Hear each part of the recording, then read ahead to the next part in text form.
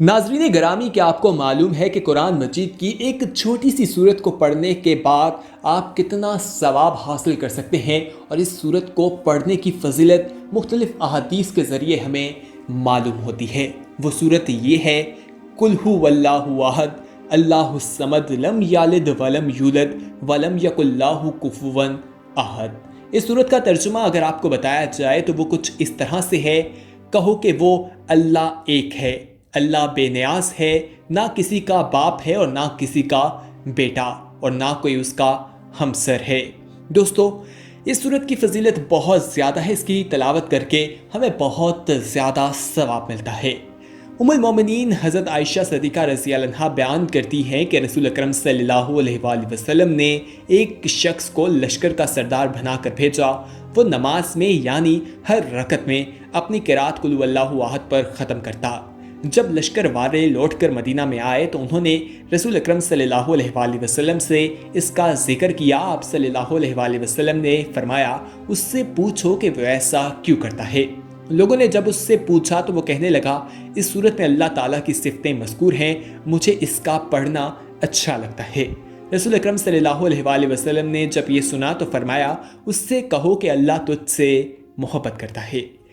دوستو، یہ کچھ احادیث ہیں جو کہ نبی اکرم صلی اللہ علیہ وآلہ وسلم سے سورہ اخلاص کی فضیلت میں ثابت ہیں، اور ان میں آج ہم بات کر رہے ہیں کہ یہ سورت قرآن کے تیسرے حصے کے برابر ہے۔ ابو سعید خدری رضی اللہ عنہ نے ایک شخص کو سنا کہ وہ قل هو اللہ احد کو بار بار پڑھ رہا ہے، تو وہ صبح نبی اکرم صلی اللہ علیہ وآلہ وسلم کے پاس آئے اور اس بات کا تذکرہ کیا، گویا کہ انہوں نے اسے کلیل جانا۔ نبی اکرم صلی اللہ علیہ وآلہ وسلم فرمانے لگے، اس ذات کی قسم جس کے ہاتھ میں میری جان ہے، بے شک میں سورہ قرآن کے تیسرے حصے کے برابر ہے۔ ابو دراد رضی اللہ عنہ بیان کرتے ہیں کہ نبی اکرم صلی اللہ علیہ وآلہ وسلم نے فرمایا، کیا تم میں سے کوئی ایک رات میں قرآن کا تیسرا حصہ پڑھنے سے عاجز ہے؟ تو صحابہ کرام کہنے لگے، قرآن کا تیسرا حصہ کس طرح پڑھا جائے؟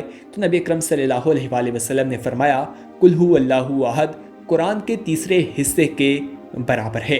یہ حدیث مبارکہ صحیح مسلم میں بیان کی گئی ہے۔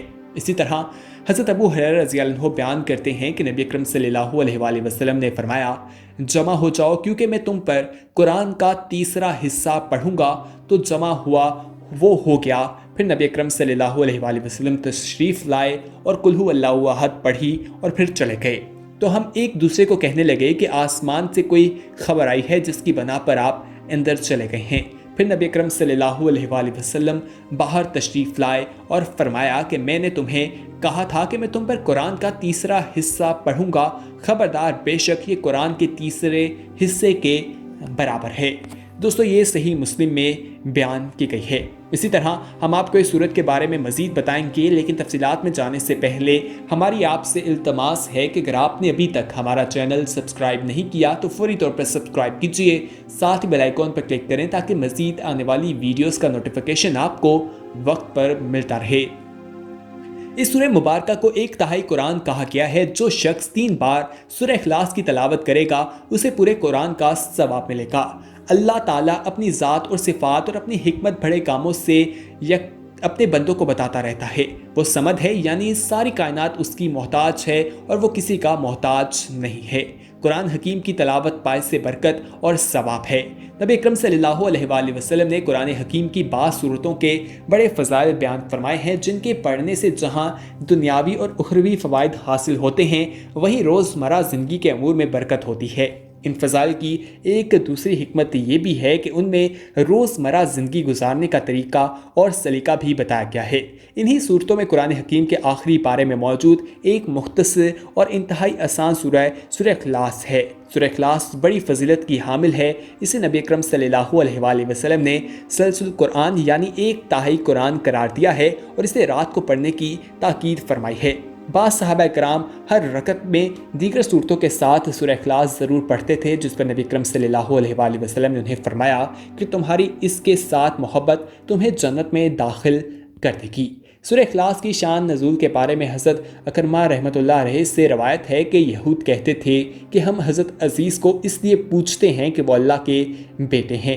نصرانی کہتے تھے کہ ہم حضرت مسیح کو اس لیے پوچھتے ہیں کہ وہ اللہ کے بیٹے ہیں۔ مجوسی کہتے تھے کہ ہم سورج چاند کی پرستش کرتے ہیں، اور مشرکین کا کہنا تھا کہ ہم بت پرست اس لیے ہیں کیونکہ یہ بت ہماری حاجتیں پوری کرتے ہیں۔ ان سب کے جواب میں اللہ تعالیٰ نے یہ صورت اتاری، اور اللہ تعالیٰ واحد ہے، اس جیسا کوئی نہیں، اس کا کوئی وزیر نہیں، اس کا کوئی ہمسر نہیں، اس کے برابر اور کوئی نہیں، اس کے سوا کسی اور میں وہ چیز دکھائی نہیں دے سکتی، کوئی بھی اللہ کا برابر نہیں ہے۔ اللہ تعالیٰ اپنی ذات اور صفات اور اپنی حکمات بھرے کاموں میں یکتا اور بے نظیر ہے۔ وہ صمد ہے، یعنی ساری مخلوق اس کی محتاج ہے اور وہ کسی کا محتاج نہیں ہے۔ سورہ اخلاص سے جو خاص محبت رکھتا ہے تو اللہ تعالیٰ اس سے محبت رکھتا ہے اور وہ جنت کا مستحق ٹھہرتا ہے۔ ام المومنین حضرت عائشہ صدیقہ رضی اللہ عنہ سے روایت ہے کہ رسول اکرم صلی اللہ علیہ وآلہ وسلم نے ایک شخص کو فوج کا سردار بنا کر بھیجا۔ سردار فوج کو جب کبھی نماز پڑھاتے، قرآن کی تلاوت کرتے تو ہمیشہ سورہ اخلاص پر ختم کرتے۔ فوج جب واپس آئی تو سپاہیوں نے حضور اللہ صلی اللہ علیہ وآلہ وسلم سے اس بات کا تذکرہ کیا۔ آپ نے فرمایا کہ اس سے پوچھو کہ وہ ایسا کیوں کرتا ہے۔ جب اس سے پوچھا گیا اور اس نے کہا کہ اسے یہ پڑھنا اچھا لگتا ہے تو انہوں نے کہا کہ اللہ تعالیٰ تم سے محبت کرتا ہے، جیسا ہم نے آپ کو اس ویڈیو میں پہلے بھی بتایا ہے۔ دوستو یہاں پر ہم آپ کو یہ بھی بتاتے چلیں کہ اس سورت کو پڑھنے کا بہت زیادہ ثواب ملتا ہے اور اس کو ہمیں اپنے طور پر پڑھتے رہنا چاہیے۔ چنانچہ رسول اکرم صلی اللہ علیہ وآلہ وسلم نے صحابہ کرام کے حوالے سے ایک واقعہ بیان کیا جاتا ہے کہ آپ نے امام حسین سے پوچھا کہ تمہیں اپنے دوستوں کی تجویز پر عمل کرنے سے کون سی چیز روکتی ہے اور کیا وجہ ہے کہ تم ہر رکعت میں سورہ اخلاص پڑھتے ہو؟ تو انہوں نے عرض کی کہ رسول اللہ صلی اللہ علیہ وآلہ وسلم میں اس سورت سے محبت کرتا ہوں۔ تو آپ نے فرمایا کہ اس سورت سے محبت یقیناً تمہیں جنت میں داخل کر دے گی۔ روایات میں اس سورہ مبارک کو 1/3 قرآن کہا گیا ہے اور اس سورت کو ہمیں پڑھنا اپنا معمول بنا لینا چاہیے۔ دوستو اگر اس سورت کی تفصیل کے بارے میں بات کریں تو اس بارے میں اس کی فضیلت بہت زیادہ ہے اور سورہ مبارکہ اخلاص کی فضیلت میں بہت سی احادیث اور روایات بھی موجود ہیں۔ اسی طرح حضرت عبداللہ بن حجر رحمۃ اللہ علیہ کہتے ہیں کہ میں نے حضرت امیر المومنین علیہ السلام کو فرماتے سنا کہ جو کوئی نماز صبح کے بعد 11 مرتبہ قل هو اللہ احد کی تلاوت کرے تو اس دن اس سے انسان سے کوئی گناہ سرزد نہیں ہوگا اور وہ شیطان کی ناپاک زمین پر رگڑ جائے گا۔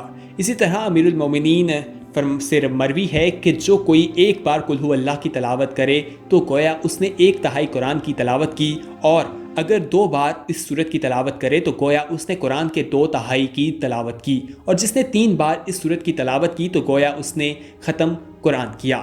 اس سورت کا ثالث قرآن کے برابر ہونے کے بارے میں متعدد روایات موجود ہیں جو خود رسول اکرم صلی اللہ علیہ وآلہ وسلم نے منقول روایات میں سے موجود ہیں۔ اس کے علاوہ سلمان فارسی کا وہ مشہور واقعہ بھی اس کی دلیل دیتا ہے کہ ایک دن مسجد نبی صلی اللہ علیہ وآلہ وسلم میں رسول خدا خطاب فرما رہے تھے کہ تم میں سے کون ہے جو سارا سال روزہ رکھتا ہو، پوری رات عبادت میں گزارتا ہو اور ہر دن پورا قرآن ختم کرتا ہو؟ اس وقت سلمان کھڑا اٹھ ہوا اور کہا کہ رسول اللہ صلی اللہ علیہ وآلہ وسلم یہ سارا کام میں کرتا ہوں۔ کوئی صحابہ اٹھ کھڑا ہوا اور کہنے لگا رسول اللہ صلی اللہ علیہ وآلہ وسلم یہ جھوٹ بولتا ہے، میں اکثر دنوں میں اسے کھاتے پیتے ہوئے دیکھتا ہوں، اکثر راتوں کو یہ سوتا ہے، اور یہ بھی سچ نہیں کہ دن میں یہ پورا قرآن ختم کرتا ہے۔ اس وقت رسول اللہ صلی اللہ علیہ وآلہ وسلم نے سلمان سے مخاطب ہو کر فرمایا کہ یہ سارے تم کس طرح انجام دیتے ہو؟ اس وقت سلمان نے کہا کہ دن میں 3 بار سورۃ قل هو اللہ احد کی تلاوت کرتا ہوں، کیونکہ میں نے آپ کو فرماتے سنا ہے کہ سورہ اخلاص کی 3 بار تلاوت کل قرآن کے برابر ہے۔ اس وقت رسول خدا نے اس کی تائید فرمائی۔ دوستو اس طرح یہ واضح ہو جاتا ہے کہ اگر کوئی انسان صبح سویرے اس سورت کو پڑھتا ہے تو اس کی وجہ سے شیطان اس سے دور رہتا ہے اور پورا دن شیطان کے وہ کسی بات میں نہیں آتا اور کوئی بھی برائی کی طرف وہ نہیں چاہتا ہے۔